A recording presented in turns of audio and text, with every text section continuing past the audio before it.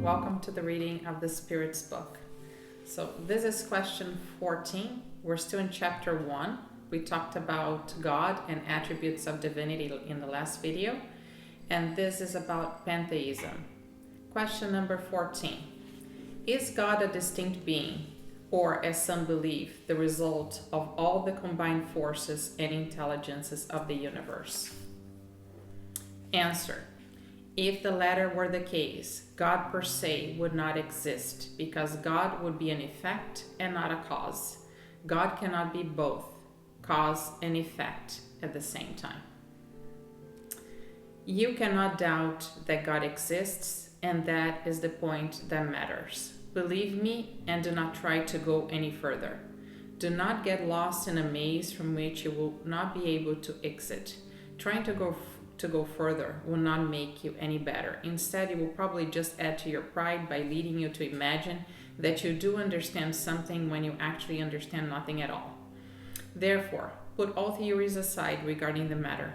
You have much more important things to be concerned about, beginning with yourselves. Study your own imperfections in order to get rid of them.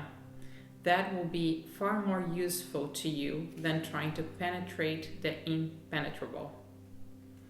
So the question was, is God a distinct being or part of a multitude of things? And here he just tries to separate the cause and the effect. If God is the cause, he cannot be cause and effect at the same time. So we are creatures and God is the creator, and he makes a distinction.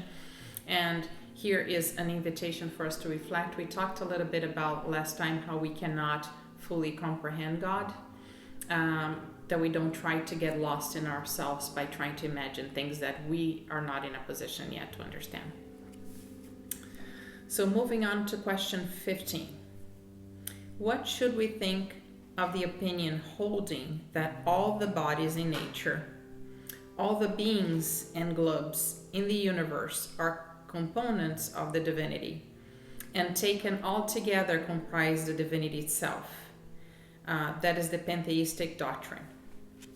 The answer is, since humans are unable to make themselves God, they would like to at least be part of God. And here's talking about if everything is God, everything is part of God, then we're all gods. And again, he separates cause and effect. Question number 16. Adherents of this theory claims that it demonstrates some of God's attributes. Since there are an infinite number of worlds, then God is infinite. Since a void or absolute nothingness is nowhere, then God is everywhere.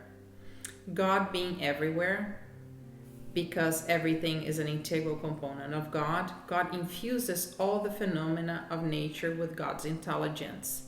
What can refute this viewpoint? The answer is reason.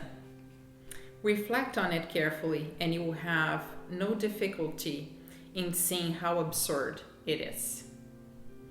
Now there's a note from Kardec.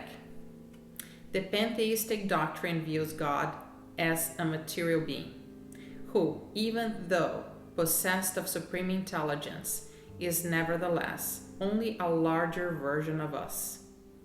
Furthermore, since matter is continually changing, then God would have no stability and would be subject to all the changes and all the needs of humanity.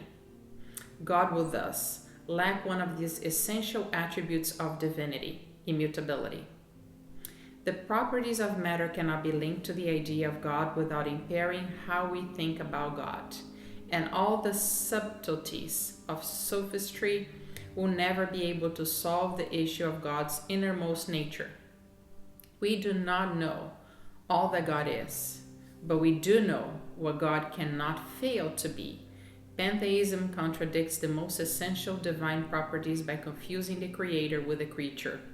It is like regarding an ingenious machine as being an integral component of the machinist who invented it. God's intelligence is revealed in God's works, just like an artist is revealed in his or her own painting. But God's works are no more actually God than the painting is the artist who conceived and painted it. So I think Kardec makes a very clear explanation here that if this is true, that everything is God and everyone is God, and we're all changing, we're all getting better, then God is getting better too, and then God will not be God by definition. So he just makes that quite clear. This is chapter 2, Knowledge of and the Origin of Things. The title of the chapter is The General Elements of the Universe. Question number 17. Can humans know the origin of things? The answer is no. On earth, God does not allow everything to be revealed to them. So we have talked about it in the previous questions. When Kardec is asking questions that, do we know God? Do we know how everything started? We don't. And this was 1857, and to this day we're still looking for a lot of these answers, right? How did everything begin? Question number 18. Will they ever be able to grasp the mystery of things now hidden from them? The answer is, the veil is lifted as they become more and more purified. But in order to understand certain things, they need faculties they do not yet have. We know that in this form we live, we're very limited, right? We cannot see all the spectrum of light. Our senses are very limited into what we can hear, what we can perceive, and so is our ability to think, our logic. And here he says, as we become purified, as we evolve, then our perception is also going to evolve, and we'll be able to comprehend things that we didn't comprehend before. Question number 19. Can humans grasp some of nature's secrets through scientific investigation? So he went from the origin of things to the mystery of it, and now can we get some of nature's secrets through investigation? The answer is, science has been given to them, to us, for their advancement in all matters, but they cannot go beyond the limits set by God. So we can understand things, we can investigate things, we can discover things, but always up to a limited. We know we're limited beings. Now there's an explanation here from Kardec. The more humans are allowed to grasp such mysteries, the more they should admire the power and wisdom of the Creator. However, whether through pride or weakness, their own minds often render them victims of illusion as they pile theory upon theory. Every day they see how many errors they have mistaken for truths and how many truths they have dismissed as errors. These realizations are further blows to their pride. It's just, if we look back in our history, we see how many things we believed the earth was flat, things that today we know not to be true. So we should use science to learn, and we should always be discovering the mystery. As we do, we'll be just admiring God because we get closer to Him. And there is the pitfall here that our pride can lead us to a lot of errors, as we have seen in a lot of places in history. Question number 20. Outside the realm of scientific investigation, can humans receive communications of a higher order regarding matters that go beyond the scope of their senses? The answer is yes. If God deems it useful, God will reveal what science cannot detect. And Kardec says here, it is through such communications that humans can, to a certain degree, know about their past and their future destiny.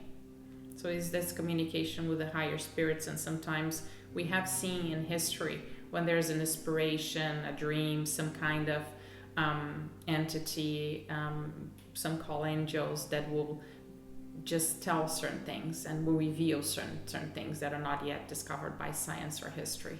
So this is the note here, that outside of scientific investigation, sometimes things can be revealed to us. So that finishes our reading for today. Thank you for being with us. See you next week.